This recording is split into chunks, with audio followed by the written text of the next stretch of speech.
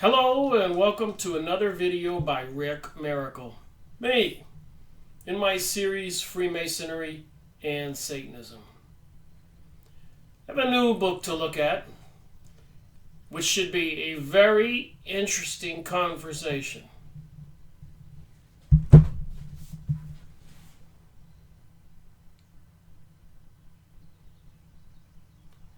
The Jewish Revolutionary Spirit. Wow, I've been reading this. I just got it in the mail.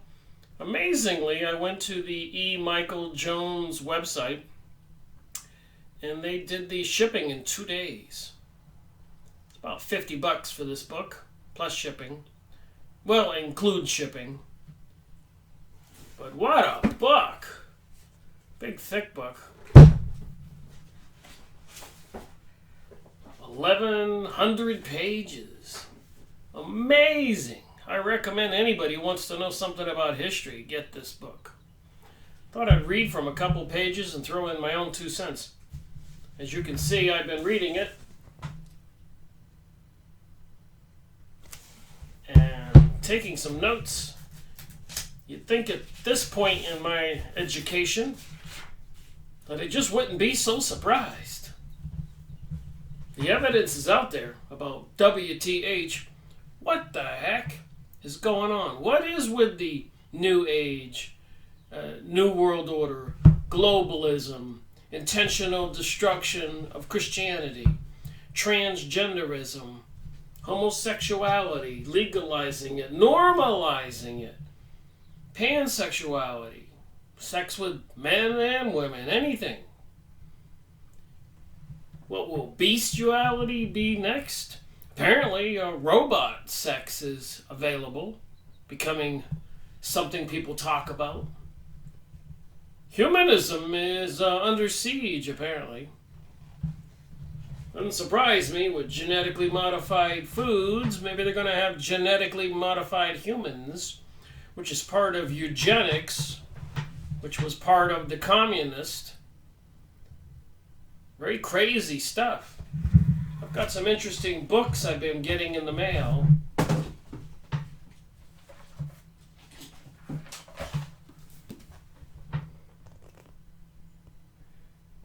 Jewish eugenics. You can't make this stuff up. They got these naked people with wings. Looks like a young little boy there. What is this religion? You can't make it up. Sex, sex, sex. Freud.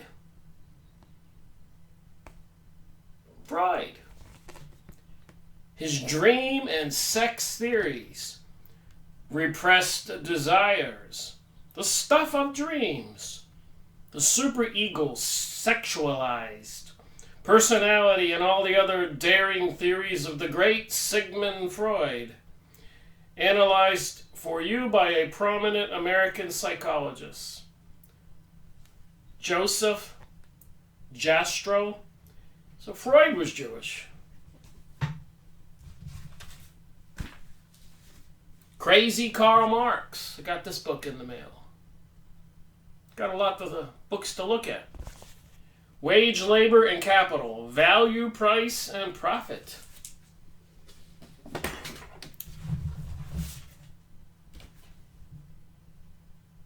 You're not supposed to talk about Jews, they tell you. Jews and the American soul. Look at that 7-stick candle thing the Statue of Liberty is holding. That's the symbol we now see at Christmas time. No cross anymore. There's nothing new about that. After the French Revolution, according to my research, they were trying to eradicate and erase Christianity in that country.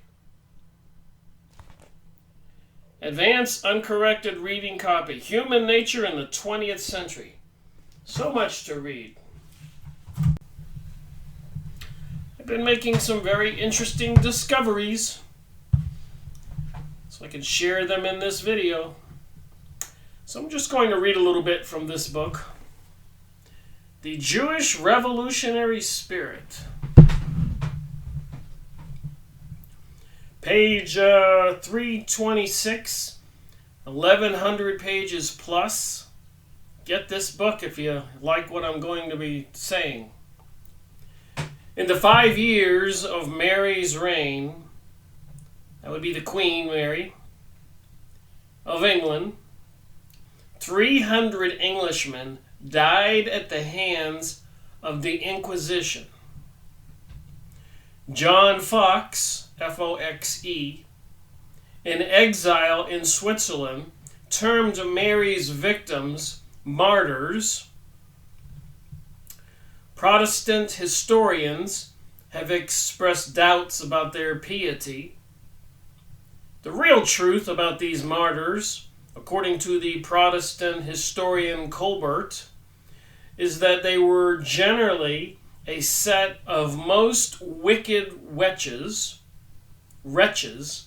who sought to destroy the Queen and her government under the pretense of conscience and of superior piety to obtain the means of again preying upon the people. So today, as we all know, with the Illuminati, the banksters, the one-percenters, the corporations, people are preying on the humanity. And apparently with their desire for a population reduction, they think there's too many of us. Too many of us. They don't need this many for their purposes. What are their purposes? No mild means could reclaim them. Bishop Edmund Bonner of London was one of Mary's lieutenants, and her crusade against Protestant influence. Foxe devoted a couplet to Bonner, so he gave him a little nickname, the Bloody Bishop of London. Here's what he said. This cannibal, in 3 years' space, 300 martyrs slew. They were his food. He loved so blood. He spared none he knew. On May 28, 1555, a warrant was issued for the arrest of a secret Protestant cell with direct links to Elizabeth, Mary's half-sister, and the next in line to the throne. So back then they called them cells. Now they say we have like sleeper cells or Arab cells. Who do you really think is behind all this? The Jewish revolutionary spirit and its impact on world history. Elizabeth was brought to Hampton Court for questioning. One of the conspirators named was a young scholar, John Dee, D-E-E, on the staff of Bishop Bonner, working as his assistant in ferreting out and punishing secret Protestant heretics. People promoting heresy, anti-church dogma. John Dee was born on July 13th, 1527. The same year, Kesenbrook saw fiery signs in the sky presaging the end of an old order. We hear a lot about that now. A new paradigm, a new way of thinking, a new age, a new order. This is 500 plus years ago. There is no information on his place of birth, whether he was baptized and where, or if any details about his family. John Dee would come to fame as Queen Elizabeth's conjurer and astrologer, and the time of birth aligned with the position of the stars was essential in casting a person's horoscope. So Queen Elizabeth had a conjurer, an astrologer. That would be somebody maybe that was into the Kabbalah, who have been accused of sorcery, witchcraft, etc. The things I've been talking about, the occult, the mystery school of Babylon, the mystery religion of the Freemasons, the mystery religion of all the secret societies that swear under threat of death not to disclose the truth, the goings-on with the rest of us. In the secret societies, they call us profane. The Jews, not all Jews, they call us goy goim, which means cattle.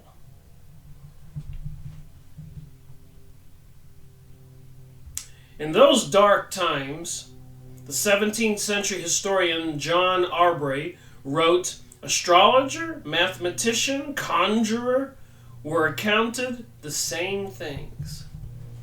So you talk about magic or witchcraft and stuff like that, and people will kind of giggle and say you're crazy. But basically, it's just advanced knowledge about reality. Conjuring up spirits, communicating with other beings. Look how many people are into listening to these channelers, these psychics and mediums, and the things they have to say. Where are they getting this information from? Nikolai Tesla, he once said on stage, I'm not the genius. This stuff isn't coming out of my mind. I'm having visions, I'm hearing voices, I'm having dreams. And I found out through my research that a lot of the famous people, scientists and philosophers and painters, were semi-psychic or more psychic, coming from family who were psychic or into religion, praying and all that. Some kind of telepathy with the other side. And of course we see a lot of the satanic rituals during Emmys, Grammys, Super Bowl halftime shows, tunnel openings, Olympic openings, and other events, TV programming and all that.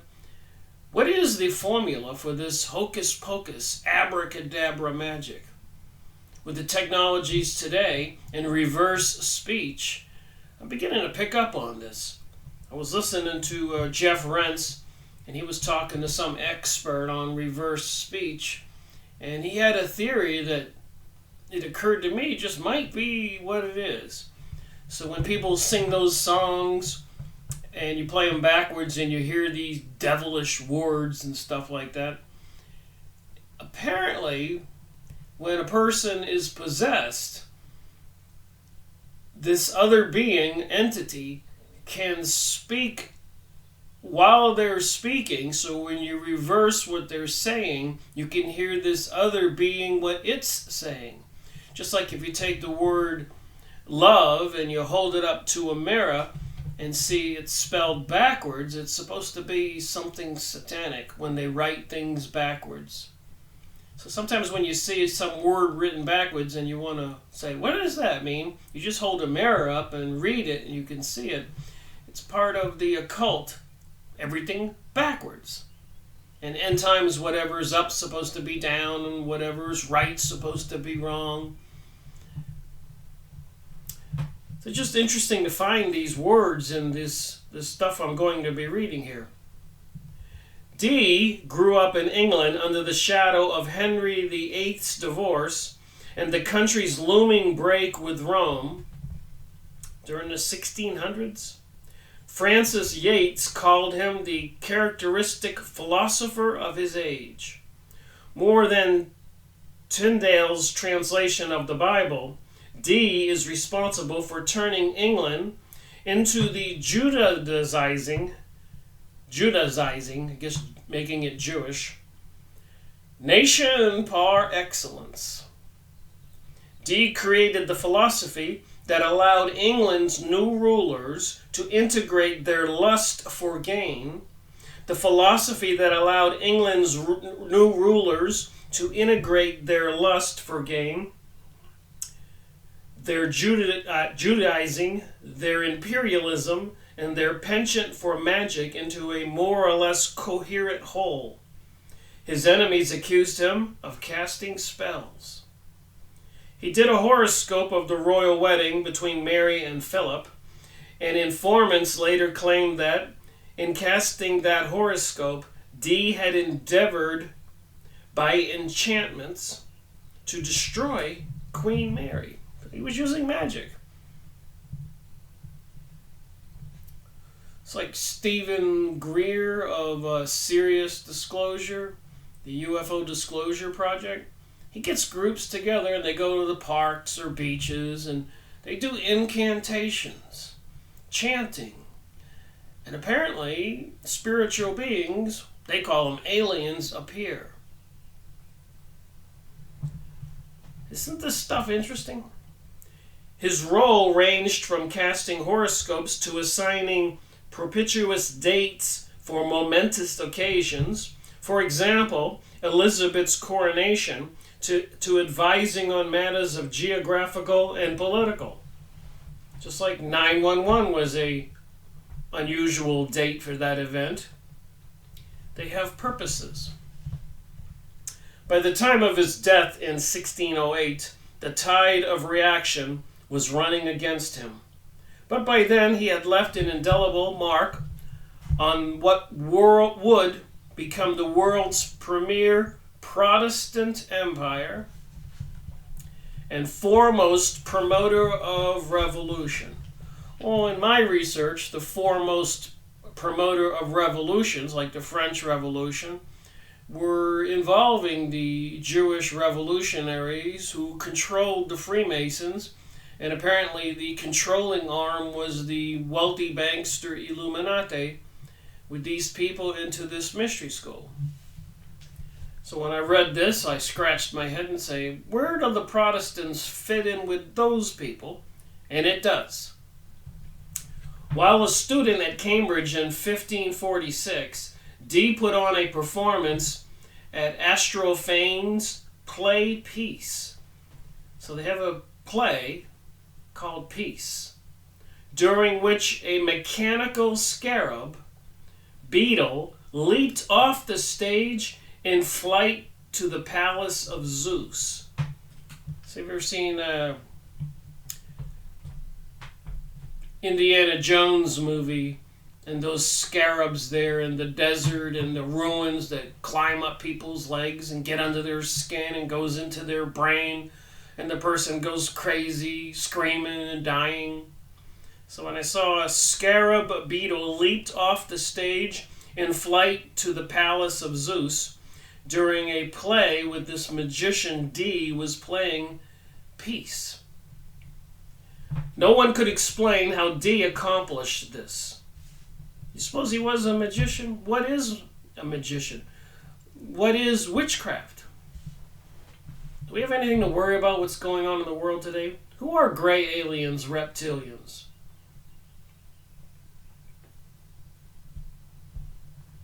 Shortly after his coup de la Theodore, John Dee playing at the theater, Dee left for the continent on the first of many trips to the centers of learning there. Dee went to Louvain, a center for what he called the inter-traffic of the mind. So funny how some of these conversations match some of the things that are happening today. The inter-traffic of the mind. In the Spanish Netherlands, the Low Countries were the delta of the continent's largest river, and Annapolis, all currents of thought, including the new revolutionary ideas, ended up there as well. So what I found out while I was reading this, they say nothing new ever happens under the sun, and they say history repeats itself. And I'm reading this, and I'm saying, wow, they were using the same techniques back then.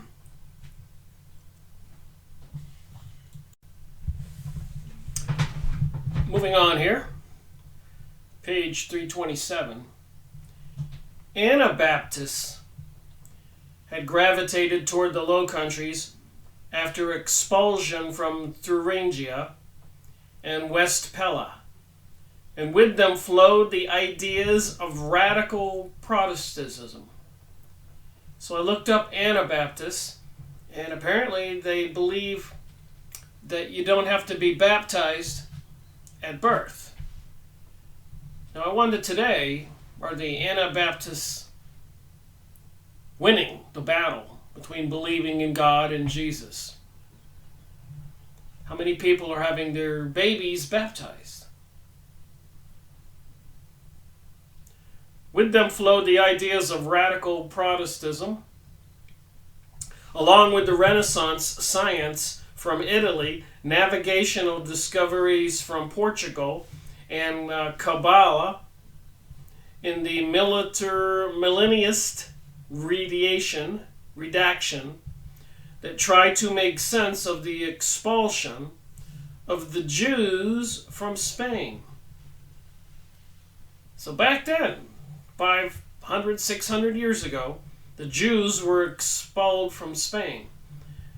It might be interesting to be aware of that when we look at the activities going on today, even with President Donald Trump recognizing Jerusalem as the capital of Israel, and the 911 and the destruction of the Middle East, and prophecy, and other books I've gone over like the Jewish Utopia, and the topic of Zionism, and the diaspora, where the Jews were dispersed all over the world for thousands of years, and now they have something called Aliyah, the return, as per prophecy, and they have been coerced and anti-Semitism instigated by these people to get the Jews to return, bringing up problems and hatred that wasn't of the normal citizens' idea or instigation.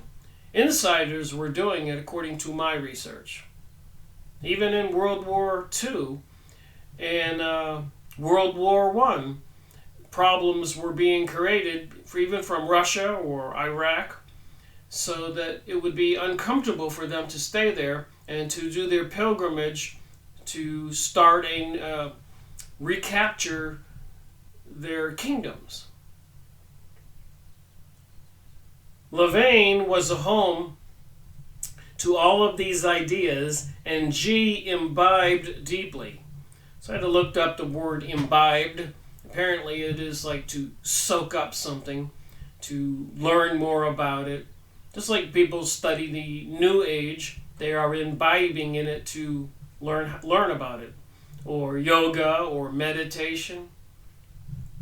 So while there, D noted in his diary the arrival of the heir apparent, Philip of Spain, who would loom large in his career. So I guess Philip of Spain would be the future king. D's religious views at the time are unclear. Since he later was employed by the Bishop of Bonner, he probably was a Catholic. But remember, he was a conjurer, a sorcerer, somebody into the Kabbalah, Hermetic philosophy, secret mystery school and also called witchcraft, Satanism or Luciferianism, etc. But Dee seemed equally at home intellectually in the reformist England during the reign of the sickly child King Edward. In 1568, Dee, later Cardinal William Allen, soon famous as the leader of England's exiled Catholics, warned students under his care at the new Catholic college at Dunelay in the Netherlands to keep their distance from Enalius Deus, whom he described as some French words here, but Scadios Orderactus Magnetus Albertus Didatus, the word I recognize is magician. Was Dee a married priest practicing magic and uncanny arts? You might think this doesn't have anything to do with what's going on today, but as I'm reading it, I can see that it absolutely does. A member of the Walshingham intelligence community claimed that Dee was ordained while in Bonner's service. If so, his ordination did not recommend him to Cardinal Allen, who suspected him of trafficking in spirits and double dealing. Trafficking in spirits. Communication with spirits. D was, according to Allen, a purveyor of certain irreligious influences, more dangerous because of his cover as a Catholic priest. D's biographer tries to resolve the religious issue by claiming throughout his life D refused to commit himself to a particular religion. The same cannot be said of his politics. D was at home under Protestant or Catholic regimes because he believed in neither Protestantism or Catholicism. So these people into the New Age today, New World Order, globalism, we can say it's Protestantism, Catholicism, Islamic, Christian, Republican, Democrat. These people who are into this mystery religion are not really none of those things. They pretend to be. He believed in an alternate to both, what Yeats called the occult philosophy, the secrets, witchcraft, the Kabbalah, mysticism, spiritualism. The occult philosophy in the Elizabethan age, The clearest expression of his beliefs came later with publication of his Monos Hyliographia. The monad was his symbol for the key to understanding the universe. So I've been looking up some of these books. It's quite fascinating. It was intimately related to the language God spoke when he loosed the divine force that caused the universe to come into existence and then stay in orderly motion. Magic, as Dee understood it, involved the human ability to tap this force. So this force, this natural science that these people can tap, allows them to perform magic.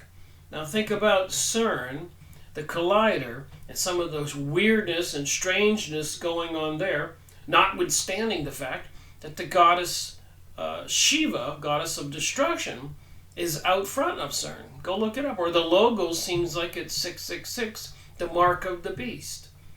And the ceremony they had with the crazy satanic type dancing, and so much more. People saying when they turn on CERN, it opens up vortexes and they can see beings. You see how this might be connected? The better our understanding of the way it drives the universe, the more powerful the magic becomes. So the more you understand how the universe operates, the more powerful of a magician a person can be. Now I'm aware we have shamans throughout thousands of years, Aborigines in Australia, shamans in Peru taking ayahuasca, the drug, and seeing the other side, Mexican shamans, Carlos Castaneda. I've made videos on all these topics by books I've read. So it's magic or this natural science or this things that Jesus did, healing people, casting out evil spirits, raising the dead, multiplying food. What I'm trying to say is, I'm not opposed to all of that, except when it's kept secret and used against we the people. Then it becomes evil. So in other words, magic is technology. That's what it says in this book. Neither Protestant nor Catholic. And I like to add my own 2 cents here. And it's neither Islamic or Hindu, Buddhist, Republican, Democrat, male, female, young, old, no country of origin. People into this evil magic, Kabbalah, witchcraft, apparently is the foundation of these secret societies. And they like to live off of the rest of us. Dee believed in magic, and he was willing to work with whichever regime was willing to pay for his services. So I know throughout history there were a lot of Jewish people that were into the Kabbalah, I read that from the Encyclopedia Judaica. I made videos on that, the Kabbalah. And it is part of the Jewish culture and history. And they did sell their services to people who had the money, kings, queens, and other rich people. So what kind of services would they perform with their magic skills? Conjuring. Since the Catholics considered him a Magus who trafficked in unclean spirits, that meant that Dee would work for the new Protestant establishment in England, which was avid to put his discoveries to political use. So they want to put magic, discoveries, to political use. Think about that today, dumping chemicals in the sky, genetically modified foods, the 5G network coming online. You think they know something we don't? They sure do. Magic determined his politics, which determined his religion. In 1552, Dee returned to find England had changed in his absence. Everywhere, get this, statues were destroyed in the churches. Dee wrote in the diary he kept to the detriment of his reputation, the great crucifix, the cross, on the altar of St. Paul's was a few days ago cast down by force of instruments, several men being wounded in the process and one killed. So I guess this great crucifix might have been one of those gigantic crosses you see on the top of a mountain. So they were removing the crosses. There is not a single crucifix now remaining in the other churches. Sound familiar?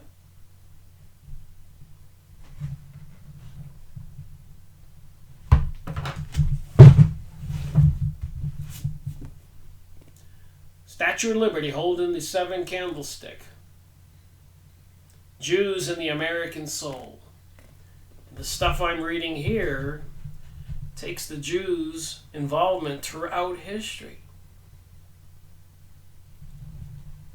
And others who would prey on the rest of us.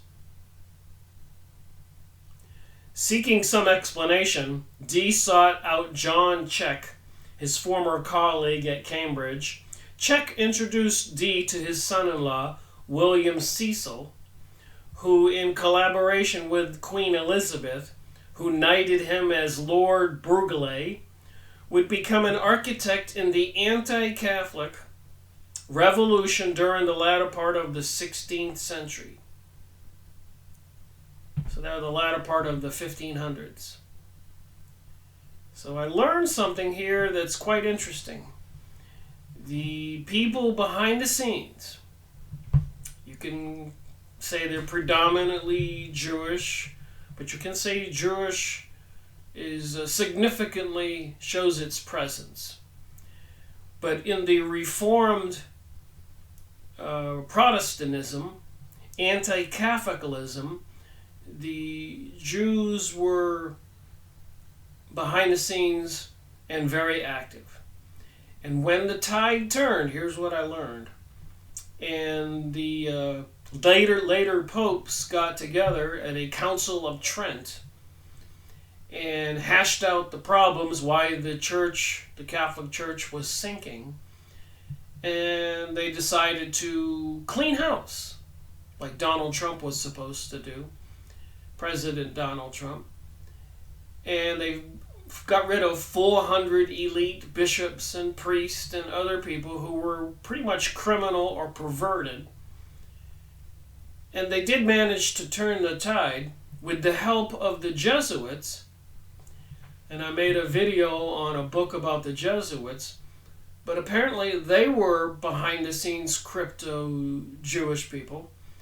So what I discovered is the Jewish crypto people were behind the Protestants and the getting with the kings and queens other than Rome to break apart from Rome and the Catholic Church. And later on, when it was becoming successful, Protestantism, and the church was sinking, and the church decided to change itself to fix the problem. The crypto Jews were involved in that and had the solutions. So they were part of the rise of Protestantism, and then they were the return of the rise of Catholics. So behind the scenes, the Hegelian dialectic, I talk about that a lot, the divide and conquer, they're always behind both sides. Even in wars. Germany was financed by the banksters out of New York. A lot of people wrote books about this. So anyways, when I read here and it starts talking about that, I won't have to point it out so strongly, but you'll go, aha! The Jesuits were responsible for the Catholic Church of regaining its position. So what kind of reformed decisions did the Catholic Church, and who took over the Catholic Church? What pope was put in place? Probably like Woodrow Wilson. It was their man, and they made a backdoor deal to get control of the Catholic religion. And now they're trying to destroy it. And they've been trying to do that for a while, even in the early 1900s, late 1800s. But the 1900s, when communism was a big threat to many people in the USA around World War I and after, they had congressional hearings, and the communists were testifying that they were infiltrating every aspect of American society, intending to change it and destroy it. The churches even.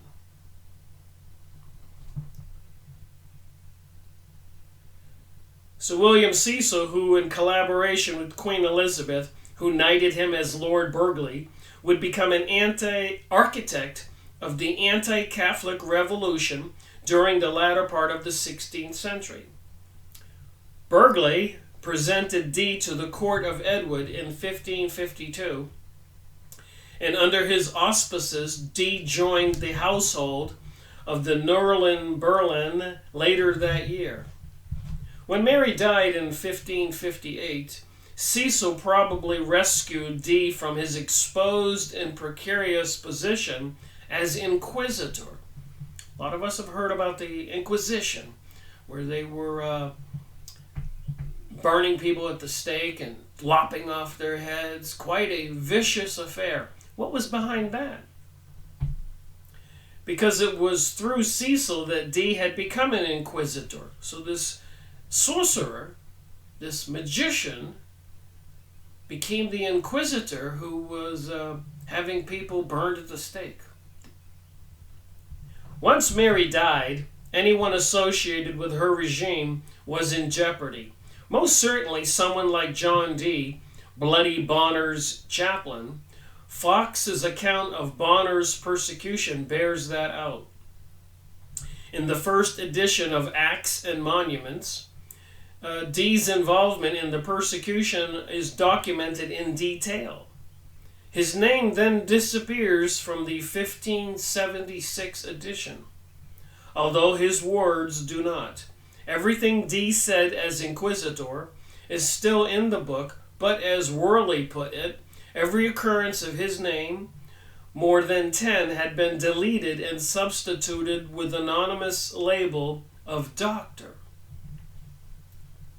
The reason is clear. Fox learned Dee was up to something, while ostensibly in Bonner's service, which made clear Dee was no Catholic colluder.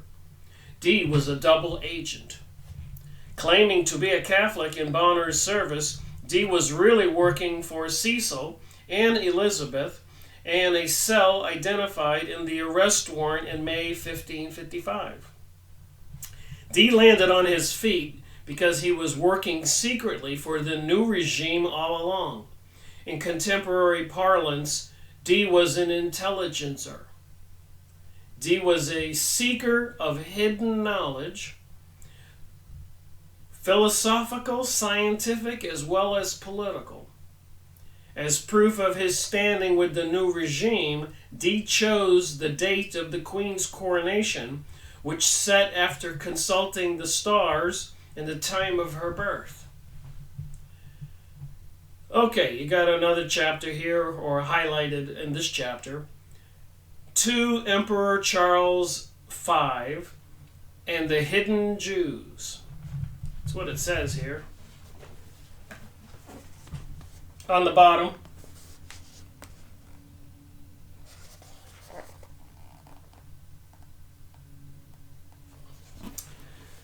So what's behind the scenes? Before I read about that, I want to point out something else I think will be my next video series. I'm starting to put the book together here. But he mentioned acts and monuments, and I managed to go on the internet and find the PDFs. Apparently some amazing books. Look at this picture. Acts and monuments. Look at the being on the top, sitting on a globe with the rays behind it, the angels or whatever trumpets.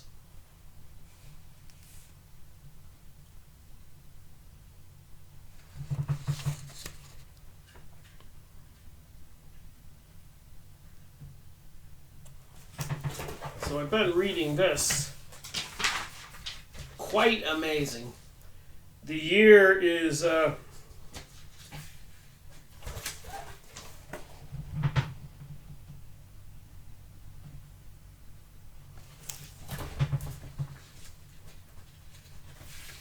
some of the titles. I think it starts out in the year 1485, Maximilian the Emperor, the burning of Joe Borton and others, the 10 grievances complained by the Germans and the remedy against them, an advertisement unto the Emperor Maximilian, and the subtle practices of the Pope and Popish prelates, the history of the Turks, the Ottoman, the first great empire of the Turks. That would be 1503. And the Ottoman Empire kind of controlled the entire Middle East. And they weren't allowing the Zionists to establish a residence or a homeland in the Palestinian territories. So they had to be done away with, which was accomplished during World War I and World War II. And of course, the final event was 9/11 after World War I and World War II, so that the Arab nations are being destroyed. For this rising new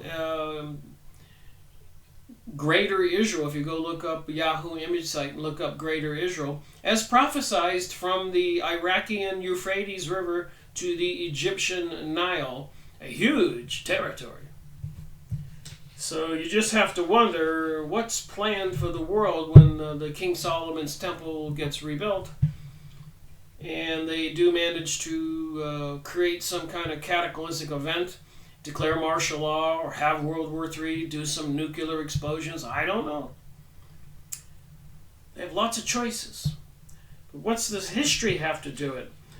A notice touching on the miserable persecution, slaughter, and captivity of the Christians under the Turks and the authors of the Turks story. So there are people behind the scenes having people killed. And who's the persons or groups of people that don't actually participate, but they like to get the Shiites against the Sunnis, Islamic Arabs, or the Protestants against the Catholics, or the Christians against the anti-religious people, or the gays against the straights, or the blacks against the whites, the Americans against the Mexicans, the Americans against the Chinese, and the Americans right now, March 2018, is against Russia. Even President Donald Trump, there was a press release with his rhetoric in it, demonizing Russia. They're planning on something. Some more titles in this thing. Like I said, I've been reading it. I just wanted to point it out. I went online. I found these books, and they're 1,000-page thick, and I downloaded PDF for free. 7 volumes, 1,000+ pages each.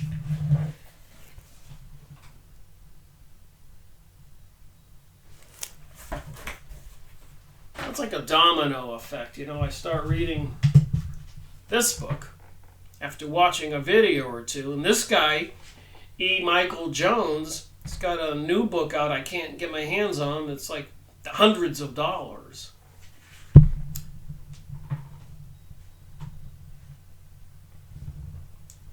All right, back to this book here. All right, so Emperor Charles V and the Hidden Jews. So I've been talking about a story going on with the sorcerer magician John Dee, Queen Elizabeth, and the breakaway Anabaptists and all that. Who's behind it? 500 years plus ago. On October 25th, 1555, roughly 6 months after Dee was arrested, Charles V abdicated as emperor. So apparently this emperor was sick and had to step down. The abdication was complicated, and it lasted well into 1566. So it took about a whole year for this guy to get off the throne. Charles was 55, but seemed much older, worn down by his vices, and by shadow boxing with forces out to destroy him, but which he had difficulty identifying. Sounds familiar to today. People behind the New Age and New World Order and globalism. His advice to Philip on England was misguided and would cause his son much heartache. They did not realize the sinister nature of the changes in England. Here we go. Who's behind this? Both were taken in by the lies Elizabeth and her ministers spread about their intentions, deferring actions until it was too late. Charles came to the throne in 1516 when his grandfather Ferdinand died. In 1496, the Jews were expelled from Portugal as part of a marriage agreement to unite the King of Portugal with the daughter of Ferdinand and Isabella. Those who refused to convert moved north, importantly to the Spanish Netherlands, where they soon made use of their skills as international trade.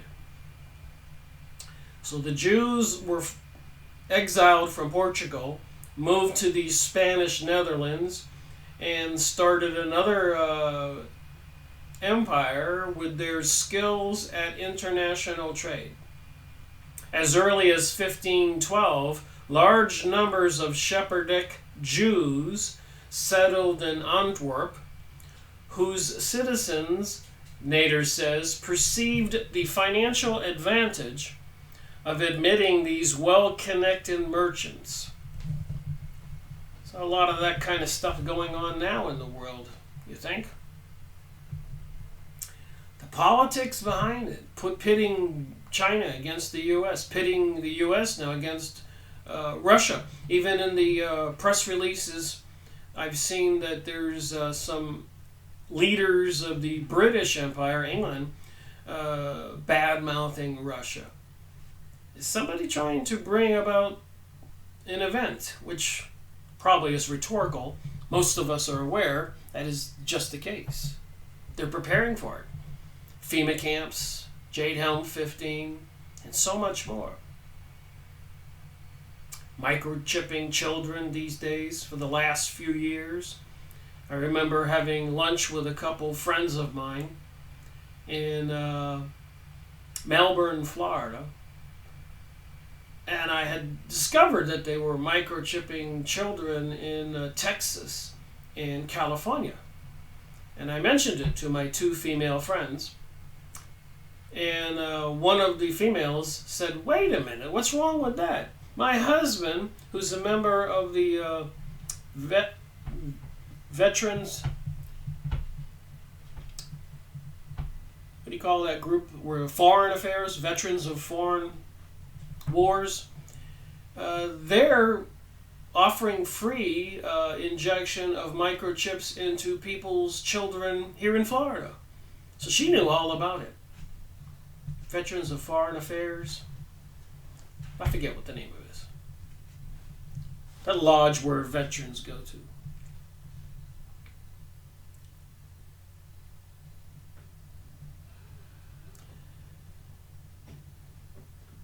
So in 1516, when Ferdinand died, Charles was living in the Spanish Netherlands as the Jews arrived in large numbers. Luther would nail his 95 Theses to the church door in Wittenberg 1 year later. Within the next half century, Antwerp would become the center of international intrigue involving Sephardic Jews, English Protestants, and German Anabaptists, people who were against baptizing, culminating in the Iconoclast rebellion of 1566. So the Jews were involved with the Protestants and the German Anabaptists, all anti-Catholics, and caused a rebellion in 1566. By then, the Reformation was in full swing. As Charles was to discover, Spain solved its Jewish problem by exporting it to the north. So the Jews were expelled from Spain, Jews were expelled from Portugal, and 90 other countries if you want to go on YouTube and look up the videos, including Britain.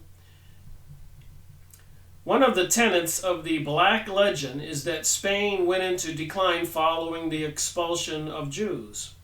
So that was a rumor or legend, so this author says. But to the contrary, the Spanish Empire attained its greatest limits and material and intellectual power in the century, 100 years, after the expulsion. So can you imagine if we people in the U.S. could get rid of the foreign-controlled Federal Reserve, not have to pay usury interest on the money?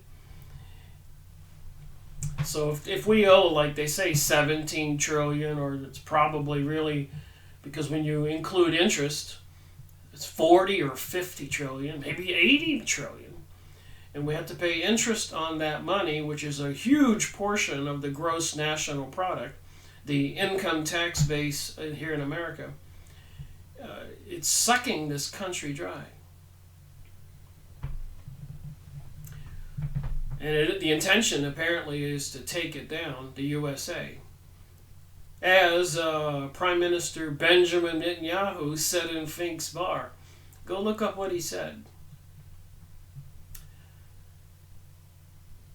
But the problem showed up elsewhere. So wherever you exile these Jewish peoples to, there is where the problems are going to start up again. Many Jews remained unbelievers, even if they professed the faith to save their wealth. And their descendants were in communication with Jews scattered all over Europe, building up new commercial empires, especially in the Low Countries and in England. These Jews function as a sophisticated spy network that quietly kept the anti-Spanish and anti-Catholic forces of the world informed as to Navy, military, and commercial happenings in the peninsula.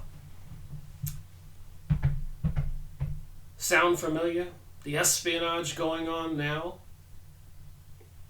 Thus the Jews, in the long run, took their revenge on the country that had cast them out. And I'm reading about this all the time, even during the Napoleonic Wars in the 1800s, when Russia, the Tsar, wouldn't put up with the nonsense of these revolutionary Jews. And I'm not trying to say all Jews are a part of it. A lot of Jews have come out and written books and gave speeches. Benjamin Friedman, Rabbi Marvin Antelman, PhD author Henry McCow in Canada, and many others. And part of this reformed idea and anti-Catholic stance is basically a lot of them are into magic, sorcery, witchcraft, the occult. They're selfish, perverted people, sacrificing people, communicating with spiritual beings, apparently unclean spiritual beings. Are there any clean ones and people you should be talking to? Well, I'll leave that answer open until I figure it out as I continue my research. Thus the Jews in the long run took revenge on the country that had cast them out. And like I said, in Russia, after the Napoleonic Wars, where the Tsar wouldn't put up with it, 100 years later, after World War II, the Bolshevik Jews and the Zionist Jews took their revenge on Russia after the World War I was ended. They invaded Russia, abducted the Tsar, killed him and his family, and apparently up to 100 million Christians and other good people of that country. Revenge is a common occurrence. And like I said, look up Benjamin Netanyahu, the Prime Minister of Israel today, and what he said in Frank's Bar. The Prime Minister Sharon of Israel, look what he said in a heated argument in their Congress. He said, "Don't worry about America. We control America, and the Americans know it." And of course, in 1913, the Rothschilds, Illuminati Jewish families put in Woodrow Wilson as their man and took over the USA money supply and crashed the system at least 8 times. And I've been reading books about that, and I'll continue to do so. In this sense, it can be said truthfully that the Exodus led to the decline of Spain.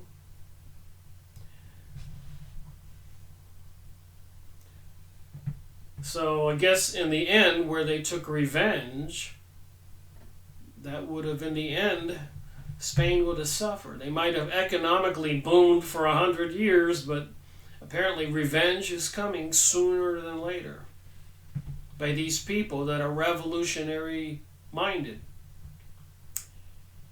Kamen claims one consequence of the expulsion was the creation of an international Jewish conspiracy 500 years ago. Several Spaniards later regretted the expulsion of the Jewish financiers in 1492. In the 17th century, that would be the 1600s, Spanish writers first claimed that the growing wealth of countries like Holland was due to the converso capital flowing into Amsterdam. So all the Jews that were expelled, the conversion Jews who now come out of the closet and are Jewish, were bringing their wealth. Later, the mythical decline of Spain and the triumph of its enemies were blamed on the international Jewish conspiracy. Among the first to take this line was the poet Francisco de Quevedo, who claimed Jewish elders from all over Europe had held a meeting at Slovnoki where they drew up a secret plans against Christendom. Quevedo and others accused the Count Duke of Olvarius of planning to invite the Jews back into Spain to undo all the consequences of 1492. What went underground in Spain came into the open in the German principalities and the Low Countries. In Spain, heresy took on the quietist tinge and became Illuminism, i.e. the Illuminati, mystery religion, of the sort practiced by the Gnostics and the Albigensians centuries later, the mystery religion, which, if it is Luciferianism and Satanism, Osiris, Horus, Isis, Ra, Moloch, and other names. Catholic Jews of slight orthodoxy collaborated with the Protestants of the German-speaking North in their campaign against the Church. They offered Charles V 800,000 ducats, probably like millions of dollars, if he would make certain reforms in the procedure of the Holy Office. Charles, according to Walsh, another famous writer, seemed unaware most of his life that he was surrounded by the agents of an international conspiracy to destroy everything that his heart loved and revered. By 1540, the Converso issue was over in Spain. Spain had saved itself by importing the Inquisition from southern France and then by exporting its problem to the north of Europe. So part of exiling the Jews and the people who were into sorcery, Kabbalah, witchcraft, is they had the Inquisition, the people who were heretics or disbelieving of the Christian religion and probably practicing magic. For some indication of what might have happened in Spain if the situation had gone unchecked, we need only to look at Poland. Jewish influence over Polish political life increased in intensity, fueling Polish imperialism in the East while weakening Polish rule at home. I've got a book on that I need to be going over and reading. Believe me when I say this. You can't make this stuff up.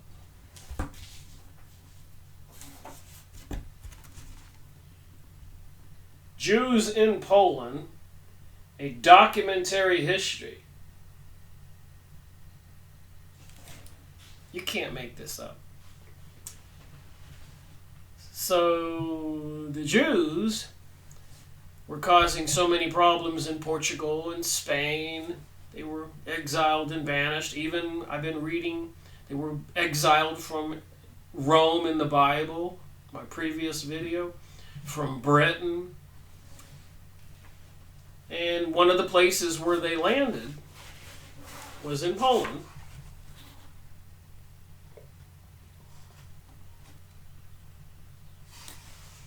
Just read a snippet here.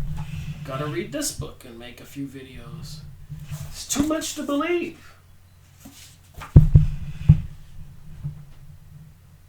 In all of Europe and the Mediterranean basin today, the Jews alone have a national culture with direct and continuous links to antiquity.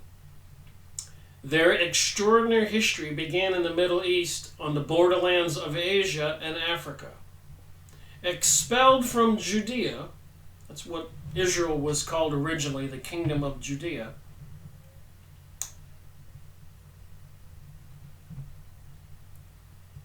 by the Romans in 117 AD, 117 years after Jesus' birth, the Jewish population galvanized to Europe. Their Jewish culture endured over the centuries, flourishing notably in Arab Spain, what I've been reading about, and later in the Rhineland, the German area. Around the time of the Crusades, from the 11th to the 15th centuries, the Jewish people were repeatedly threatened with extinction. The Polish state proved critical to their survival. Here the Jews found refuge, their numbers revived, and their culture blossomed. By the time of the first partition of Poland, at the end of the 18th century, over 70% of the world's Jewish population lived in the territories annexed from Poland by Russia and Australia, and their numbers continued to expand through the 19th century. At the end of the 20th century, the Jewish nation no longer had a single center of gravity. The USA and the State of Israel, two very different countries, each with its own problems, have become determinative in the survival of the Jewish people. So like Prime Minister Sharon of Israel said not too long ago, in a heated argument in his Congress, don't worry about America. We control America, and the Americans know it. in this book here, published 1993, that the USA and the State of Israel, two very different countries, each with its own problems, have become determinative in the survival of the Jewish people. And I remember when I began my investigation many years ago, that I came across some documents that people had exposed the fact that from like 48 to 72, that'd be 10, 20 years, 48, 50, 60, 70, that Israel had received more than 90 billion in aid from the USA, while the rest of the whole world at the same time period did not get 90 billion. Now that's a little lopsided for a dot on the map. What did they do with that 90 billion? Well, apparently they were buying up the world, buying up politicians, controlling America. I'll just read a little bit more from this book.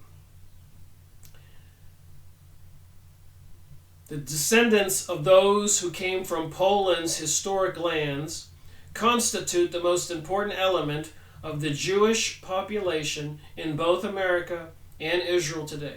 And Henry Ford, I've made videos on his books, and I'll continue to do that, pointed out that before, during, and after World War I, there were camps set up all over Europe, and they were taking these Eastern Jews, these people we're talking about, and shipping them to New York City and probably other places. They were being schooled. They came into our country. They were ridiculing all the people. It was well known. Henry Ford bought a magazine and were publishing the facts. It was an orchestrated event of migrating all those Eastern European Jews into the USA. And they had powerful controls and powerful financial backers. They were buying up businesses and so much more. There's a couple videos I need to make on that, in particular where they took over the liquor industries and some of the nasty things that were done. And of course they took over the printing businesses, the newspapers, the theater, and so much more. Judaism, Christianity, and Islam, for 2 millennia, Jews have lived amongst the preponderatory Christian and Muslim populations as a foreign minority in exile. So for 2,000 years, this author says, they have lived among us as a foreign minority in exile. They have considered themselves, and have been so by others, a community with a distinct religious beliefs and an enduring link to their distant ancestral land, Zion. The Jewish people believed that divine providence alone would redeem them from their exile and make possible their eventual return to Zion. Thus they developed a wholly quietistic attitude towards the process, regarding with skepticism any human attempt at intervention in the divine plan. In the Christian European states, Judaism was tolerated under conditions of segregation and clearly defined and legitimatized discrimination. During the Middle Ages, for example, Jews could not enter into feudal relations and therefore could not hold land.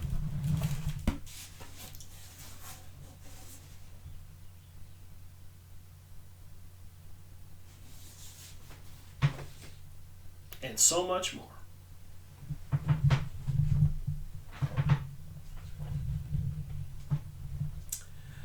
Back to this book here.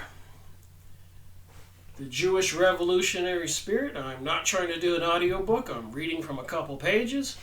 I ordered this book the other day, and within 2 days I had it. From the E. Michael Jones website. You can look it up on the internet. There's his name. There's the name of the book. This is just a couple pages. I can't even fathom what's in this book. Or, in that other one I discovered because I was reading this book. That's how it works for me and these other books. I keep reading and watching and tracking down these other books. But the acts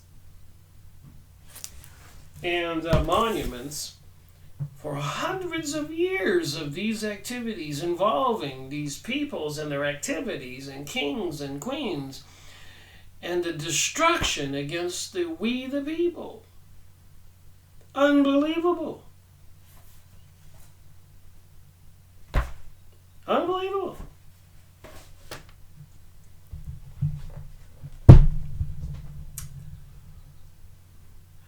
All right, the book says here, Gritz brags that a Jew in Constantinople chose the successor of Sigismund Augustus in 1572.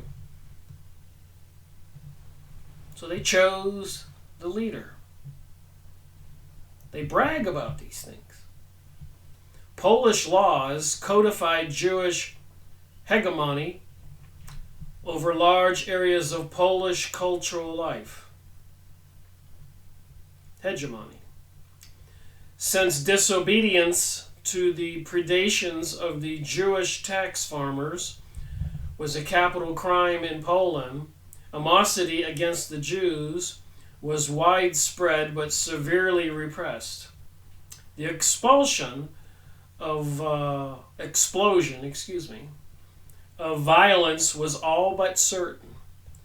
The explosion came when Sejm, dominated by the Polish magnates and their Jewish administrators, rebuffed Cusack's aspirations for political reform in 1647.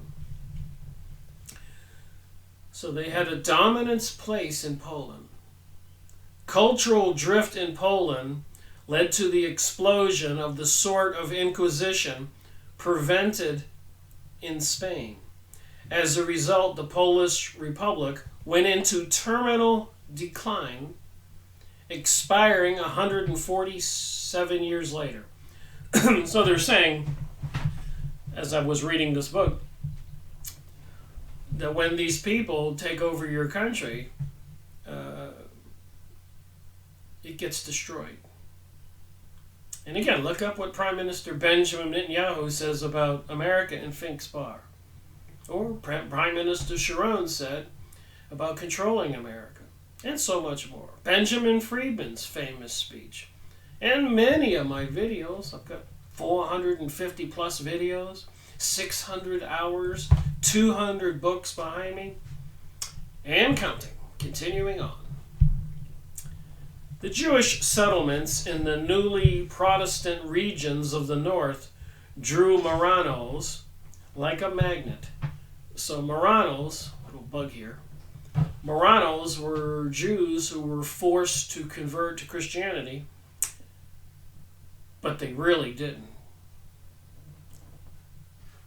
They were unhappy, not cooperative, but for the appearances, purposes, and their wealth and their money, they said they did. Marranos. Disaffected Catholics who had lived double lives as clerics now made common cause with the Jews who had led double lives after the conversion to Catholicism to preserve their wealth. A coordinated attack on the cultural hegemony of the Catholic Church proceeded when these groups came together. Revolution was a binary weapon, Hegelian dialectic, divide and conquer, binary, two opposing forces. Revolution was a binary weapon. That's another interesting way to put it.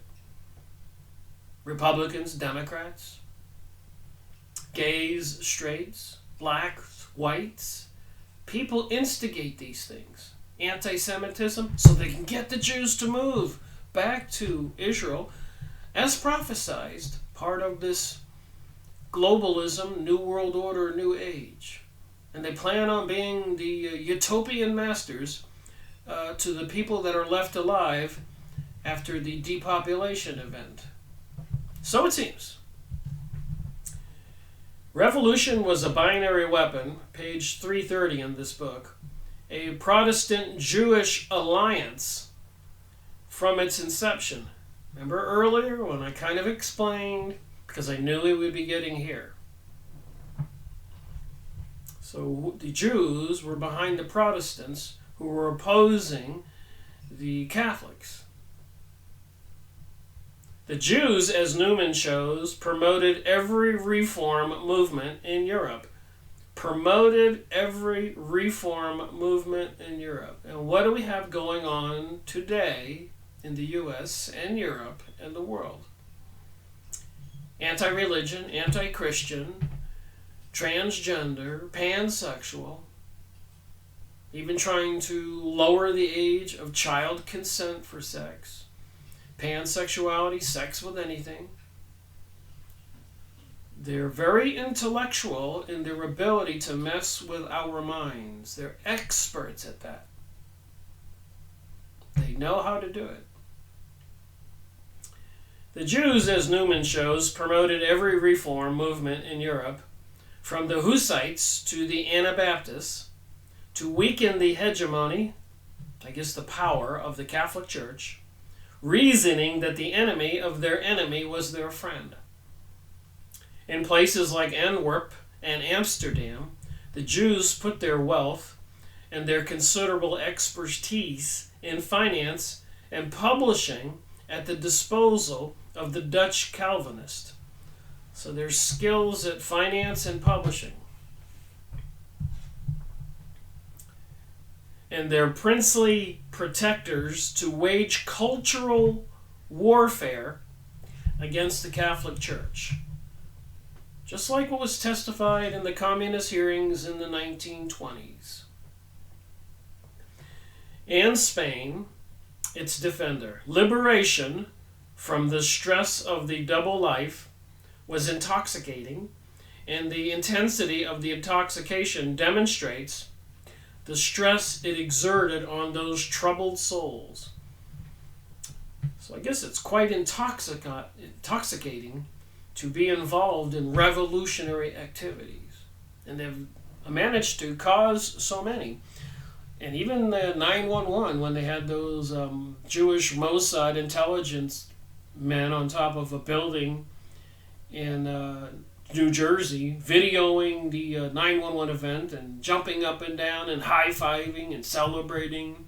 One lady called the police. And then somebody made an anonymous phone call that there were some Arabs in vans with some kind of explosive materials. They put the police on alert, and they pulled over some white vans as was described, and they found some traces of explosives, but guess what? They weren't Arabs. They were Mossad agents, Jewish people. And they were released and sent back home. Then they went on TV to talk about it.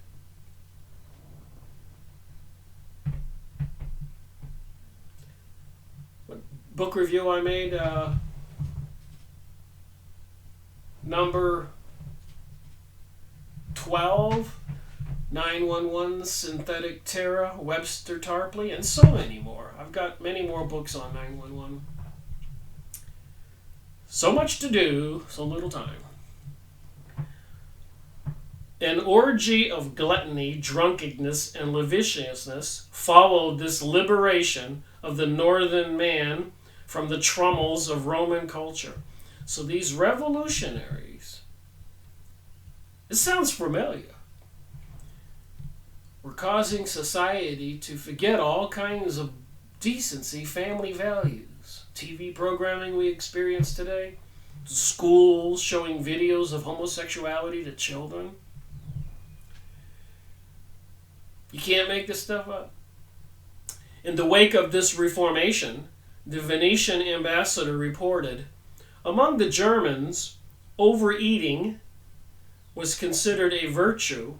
Cupidity, among the Calvinistics especially, I guess that means sex, was a synonym for superior industry. And when a German was sober, he was thought to be ill. So if you were sober, they thought you were sick. Promises of liberation liberal, progressive attitudes. Forget the church. They're doing that today. I mean, you go see a lot of people in your downtown city square, tattoos of demons on them, and the culture we're growing today. It can't be good for strengthening a nation, I don't think. Lured by the promise of wealth, and from the conjunction of river and sea trade at Antwerp, Portuguese conversos, people who had converted, settled there as early as 1512, when the Netherlands was still under the Habsburgs' control. Charles V, the Holy Roman Emperor, was under tremendous political challenges and had little time to figure out what was going on, much less how to stop it. Ratifying the fait accompli, in 1537, Charles V gave the expelled conversos permission to settle in the Spanish Netherlands as long as they did not revert to Judaism or to Judaize, preach and teach Judaism. 500 years ago almost. Many of these Jews settled at Antwerp, a natural entrepot on the northern bank of the Scheldt River, with easy access to the North Sea. Because of its location at the mouth of the Rhine Delta, Antwerp was the link between the European markets and the colonies European countries were establishing throughout the world. Wow, so now they have a North European home base to be able to go to America, to do what they were doing in the other places where they caused so many problems and they were expelled and banished. I think part of this was the pirates and then also the slave trade, which I've gone over and will continue to research. If you watch my videos, you'll learn what I learned. Antwerp soon became the richest city in Europe, where merchants and usurers lived in palaces with regal pomp and luxury. It was the center of the commercial system that was soon to be superseded by a large international life, a stately and egotistical city, which was then the center of the Jewish money power, driven from Spain 3/4 of a century before. Along the river were massive warehouses stuffed with treasures from the ends of the earth.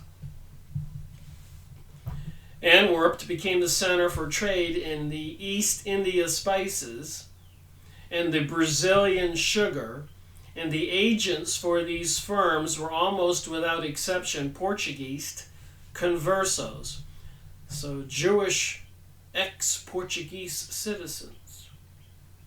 And I suspect that's why a lot of South America is under some kind of control. These countries are not free in the way that we know it in America, or at least the way we still know it in America. It may not be that way in America very long when they do whatever they're going to do to bring this country down. Like Prime Minister Benjamin Netanyahu said in Phoenix Bar, and many others in some of the books behind me, and many I have but haven't read yet. Indeed, the wealthy trading firms were almost exclusively Portuguese, new trade and finance. The Jewish merchant who came and went as a Lombard, Genoese, and an Italian, or more commonly a Portuguese, had found a new earthly paradise. So it didn't matter where you came from Italy, Portugal, this area to the north was the new earthly paradise. At one time after World War I, or before World War I and during, Germany was the earthly paradise when they were fleeing Russia.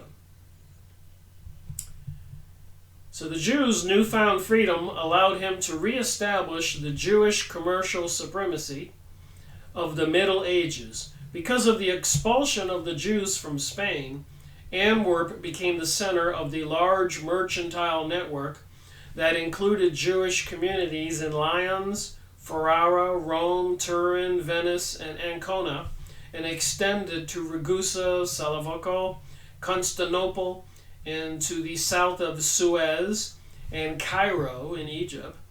The line of the overland trade to the Indies, the mercantile network also doubled as a spy ring.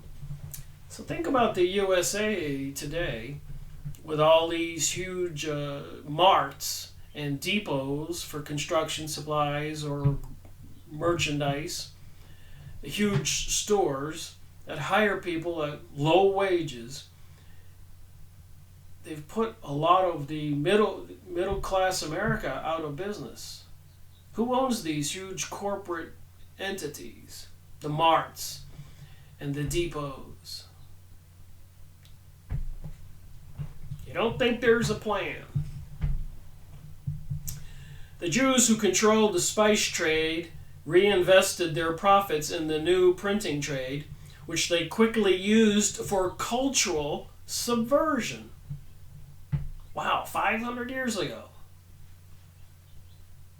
And today. And psychological warfare by printing Protestant Bibles. 500 years ago. And today. The printing business combined with the intelligence network gave the Jews and the Protestants a significant advantage in the war with Spain. Soon the Jews were smuggling Protestant Bibles into England, making a handsome profit from the cultural subversion. 500 years ago and today. By the end of the 16th century, many conversos, Jews who were converted to Christianity by force, had moved to Amsterdam under the Calvinist control, where they threw off the appearance of Christianity and formed their own Jewish communities. Beginning around 1603, the Marranos in Holland emerged as Jews. So these conversos, these converted Jews, were now re-emerging as Jews. The confessor to Philip II's sister Maria. So if you're Christian Catholic, you go see a priest to confess. The confessor of the king's sister, Maria. Fray Vincente de Rocamolo disappeared suddenly, only to re-emerge in the Jewish community in Amsterdam as Isaac of Rocamora. So these converted Jews were even taking up positions as confessors in the priesthood, and they were really Jews. What a spy network. Almost gives you goosebumps. Well, I'm not making any money off this, but go buy this book. It's 1,100 pages. Probably has all the information that 100 of these books behind me has. And learn a little bit about history. Because maybe if we wake up, become aware, we can change what's planned. The new Jews of Amsterdam had particularly Catholic devotions to figures like the Old Testament figure Saint Esther. But Catholicism disappeared gradually from their culture, replaced by the emerging Protestant revolutionary view. In 1540, Charles received disconcerting news that the Marranos, Jewish converts, in Antwerp were engaged in a propaganda war against the Catholic Church in 1540 and today.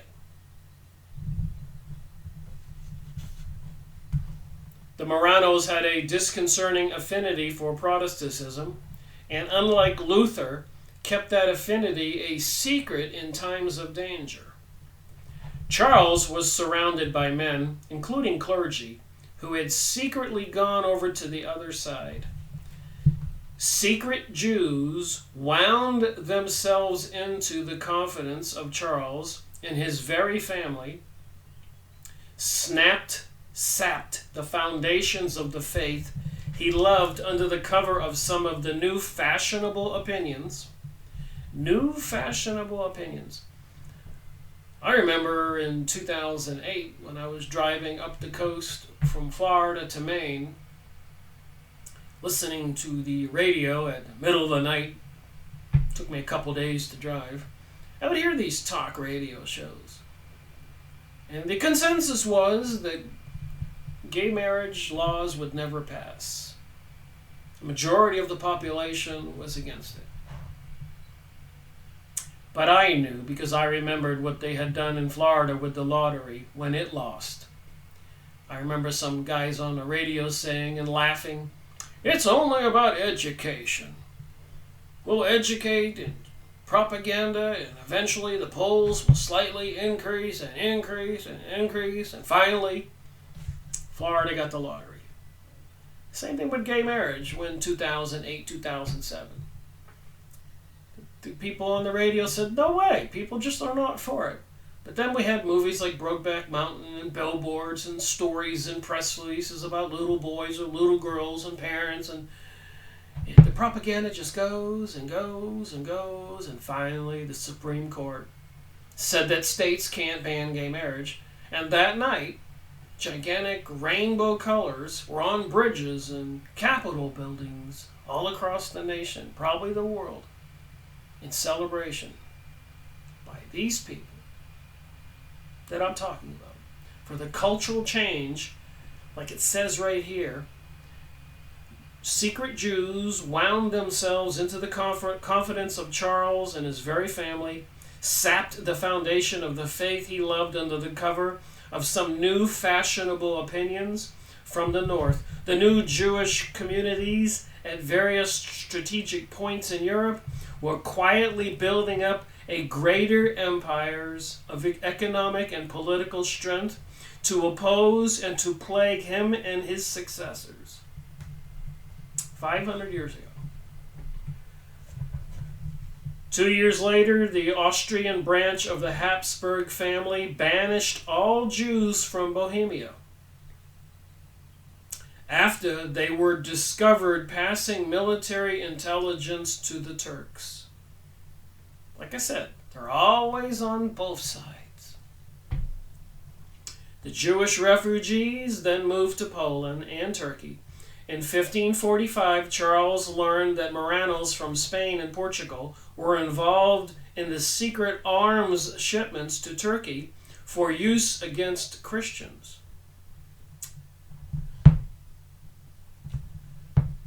Repeat. There's 200 books behind me. There's 5 shelves on that bookcase. I've been making videos since 2013. Any one of these books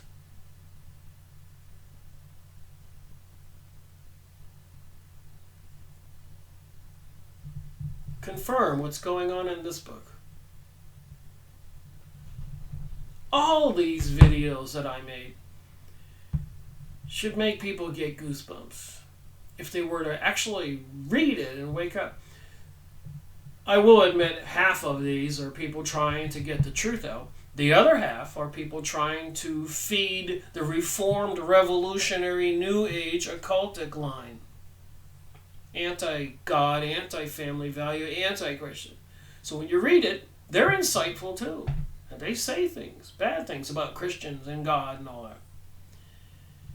So it's a tough choice to think. And know the difference between these 200 books, which 100 is trying to deceive you and which 100 is trying to tell you the truth and say, warning, warning, warning.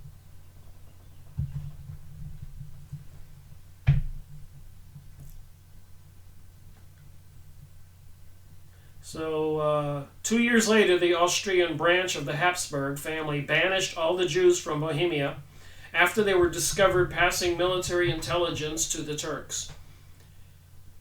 So they needed to destroy the Turks, the Ottoman Empire. The Turks were preventing them of getting a homeland in Palestine in the Middle East. They always dreamed of the return of Judea, their kingdom. And they always intended to have a king who would help them dominate the whole planet. They were unhappy when Jesus arrived. He was a peaceful Messiah, Savior, and not a warrior Messiah, Savior.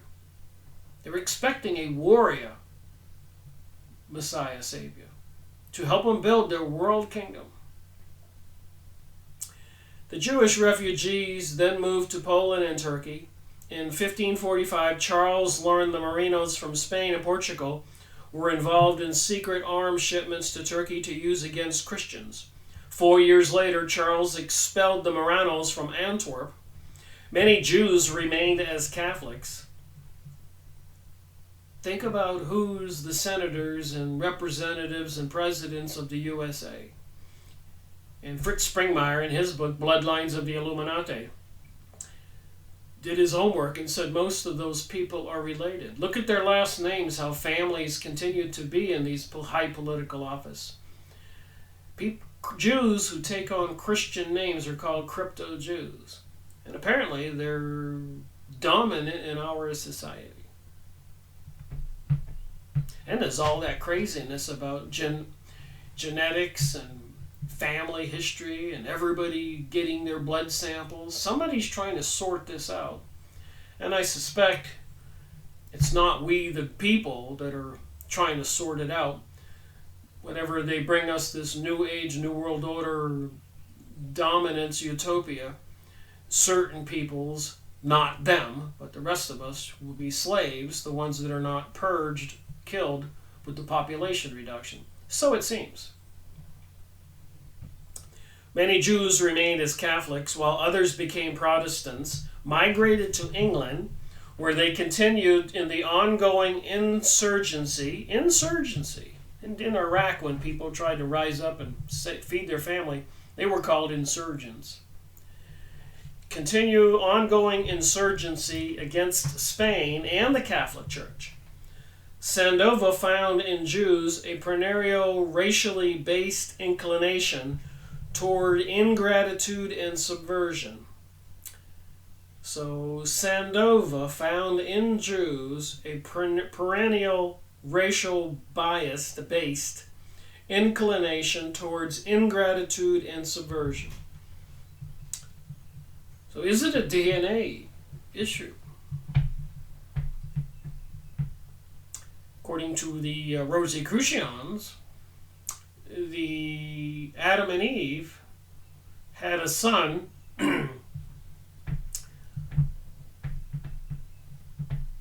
it was Cain that slew Abel, and then they had another son, Seth. But the Rosicrucian version is that God created Eve first and put his son, Satan, in the Garden of Eden, and they had an offspring, Cain. So Satan, would have been the DNA or related to God, not a human made of water and dirt, clay. The spiritual entity in Satan, with the woman that was made, Eve, and they had a son named Cain. But apparently this Sataniel character, Satan, did not, this is according to the Rosicrucians, not me. I was amazed when I read it. But he left the Garden of Eden. He abandoned Eve. I guess it would be the first woman to have their husband abandon them. And so God felt sorry for Eve and created Adam. And they had a son named Abel. And the two boys, apparently Cain was jealous of Abel, so he slew Abel, the first murder in the Bible. And then Adam and Eve had a second son, Seth. So the lineage of humans, my point here, is from Cain, the first murderer who killed Abel, from him, and from the other son, Seth. And Adam and Eve were both made of earth, clay.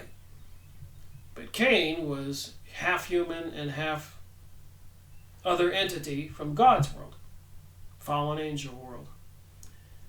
So apparently, so it's said, that a lot of the evil people on the planet are the descendants of Cain. And a lot of good people on the planet are descendants of Seth. So maybe there is something reptilian in the DNA or alien from this other world, God's world. Just stuff I remembered, and it's in the books. If you go look up my UFO alien videos and the ones on Nibiru and the Anunnaki aliens and Planet X and so much more. Zachariah Stitchins, Rosicrucianism, Freemasons. So Sandover found in Jews a perennial racially based inclination towards ingratitude and subversion. So are there certain people that just have a different kind of behavior, thinking process? They don't have empathy or love. They have an attitude towards viciousness and conquering. Is it possible? Subversion, deception. Is it a spiritual thing? Fallen angels. Just stuff that your mind thinks about when you research and if you're open-minded and you think about this stuff and read the Bible and all that. All these books on the occult, on the Theosophist Society, on the Bible. I read them all. The racial interpretation of Judaism that arose in Spain was given new life by the Merinos of the Netherlands, whose evil tendencies were like the inseparable accident of blackness. The slightest provocation, Sandover concluded, to prevent the Merinos into reverting to Judaism, making them extremely dangerous in communities. So this is a vicious state of affairs, as this Sandover says here. And in this book, it has little citations on these sentences. It tells you what books this author got this information from. So when they bring about this new age, new world order, making them extremely dangerous in communities, look what they've already done. Dealing in heroin and drugs and alcohol, making them toxins that are not healthy. Despite expelling the Jews from Antwerp, Charles was at a loss deciding how to deal with so subtle an enemy. Perhaps passion clouded Charles's judgment, according to Walsh. If the emperor had put on the strong armor of sanctity, which the church, his wife and conscience, had often urged upon him, the result might have been different. But Charles, dallying with the lusty Barbara Bloomberg, wow, what a name, Bloomberg, where have we heard that before? So Charles wasn't paying attention to his wife.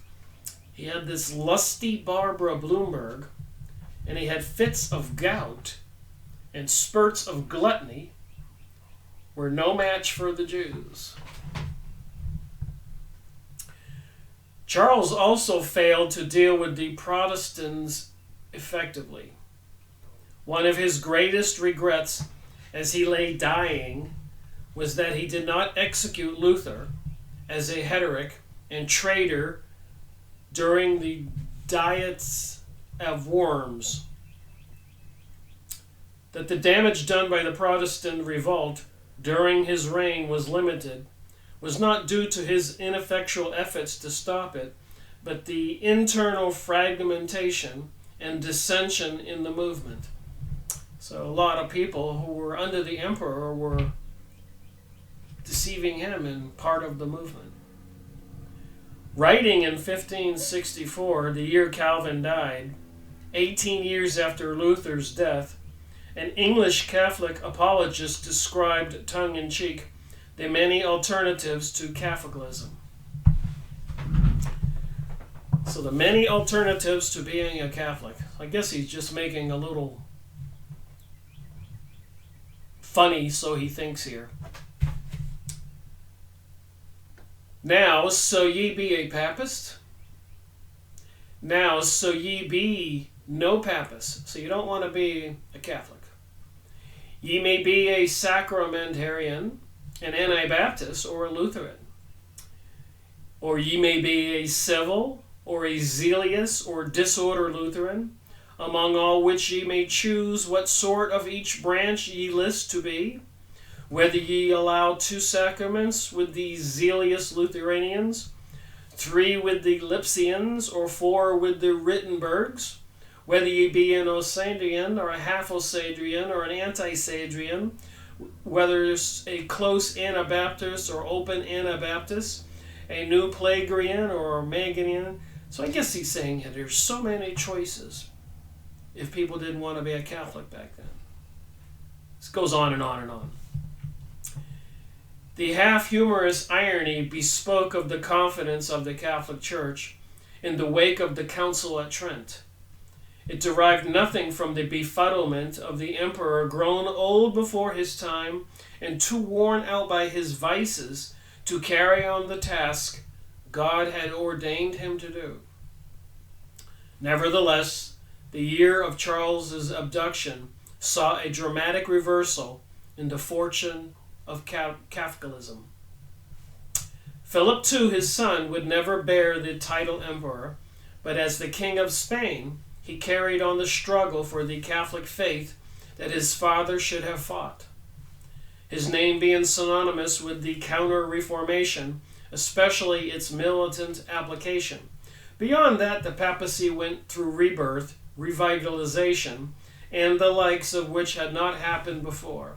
The change in papal character from a Renaissance Epicurean like Alexander VI to the ascetic like Pius IV was dramatic.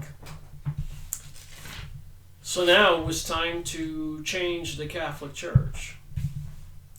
Like I said, behind the rise in the Protestants, the anti-Catholics were these crypto Jews. They had a hatred. They didn't want to join the Catholics, the Christians. They didn't want to join the Mohammeds, the Islamists. They were the third component to the known world besides the Asians in China and India. And how much were they affected? Calvin leads the revolutionary movement. Page 333.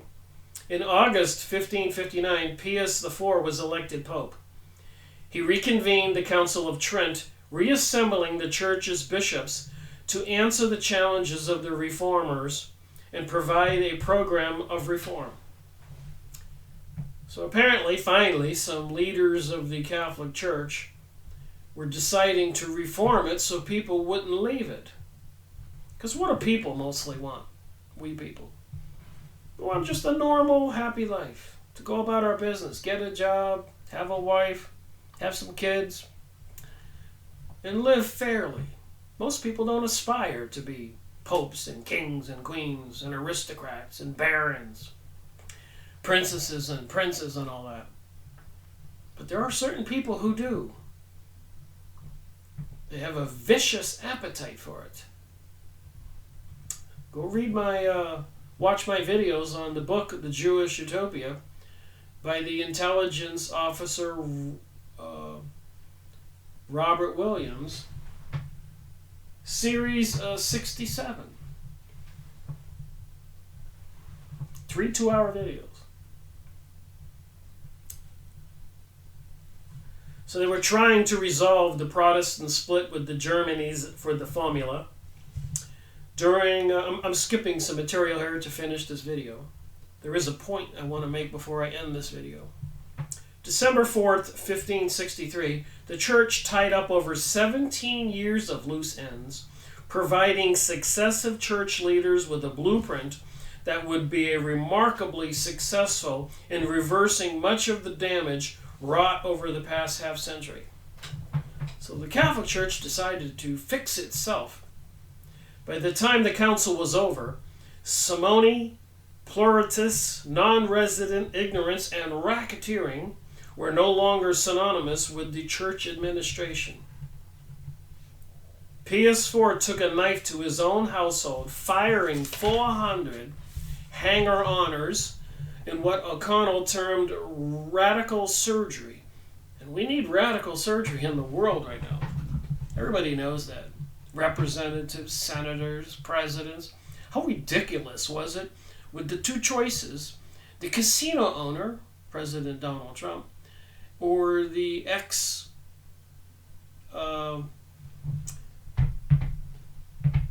senator, wife of Bill Clinton, Hillary Clinton, as president. The two choices. They couldn't do better than that. They did not want to do better than that.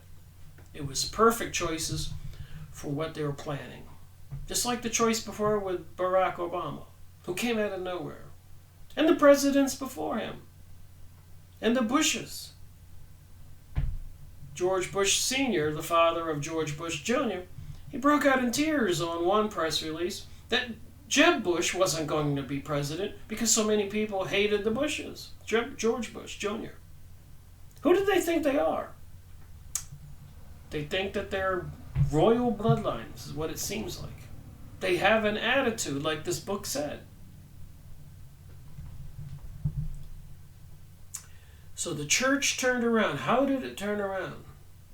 The operation was successful largely because of the people who implemented the council's teaching. Pius IV succeeded Pius V, these names kill me, succeeded Pius IV in 1566, and a series of equally remarkable popes followed Pius IV, all united in implementing the same program.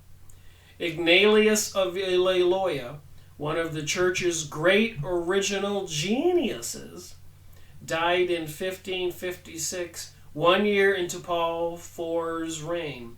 Ignatius did not found his order to fight Protestants, but his followers like Edmund Campion in England and Peter Senadius in the Germanies adopted the role with remarkable success. So who was Ignatius Loyola? And I made a video on that. The Black Pope. The Jesuits were crypto-Jews, so it seems. So now that the Roman Church had been crushed, and they were behind the Protestants' rise, and the tide was changing, because the Roman Church, the people there, were determined to fix their problems, these crypto-Jews slipped in and somehow gained control over the Pope, the Jesuits. I made video on that. The Black Pope, Series 152. The Cause of World Unrest, Series 150. And so many more books I made. So if you do this research, you kind of connect the dots, and it really jumped at me in this book when I saw Ignatius Loyola, who was behind the Jesuits, and guess who Pope Francis is? He's a Jesuit. And the leader of the Jesuits are called the Black Pope. And they actually are the warriors for the church. So when you put the Black Pope in charge of the church is preparing to go to war because of the decline, like they did back here. And apparently in Argentina, Cardinal Francis, whatever he was, bishop, there's a lot of claims that he was into a lot of nasties. A lot of people didn't like him, didn't have a good reputation. He was kind of vicious. He's now the Pope. And the first thing he did a couple of years ago, I saw a video, Well, he made a video with a speech to all the religious leaders of the world. He said it's time for all of us to unite. There's no reason to be apart any longer. What did he mean by that? And now he supports this global order and world currency. So who's in charge now? How many more books will be written like this 100 years from now, telling the story about today? What will be the outcome? Who will be the heroes? Who will be the people that suffer and die? What will the story be?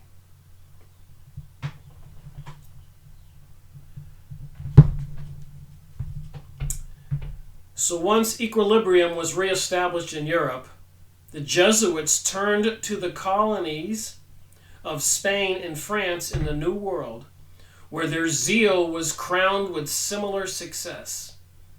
When the Counter-Reformation had run its course, Protestantism was on the defensive, and the church was run according to a new canon of organized principles. Before 1555, the cardinals controlled the Pope. After 1598, the Pope controlled the cardinals as the church centralized its power to deal with the centralization of a newly emerging modern state. So now who controls the church? The Catholic Church. Thank you for watching my video. Rick Miracle reporting.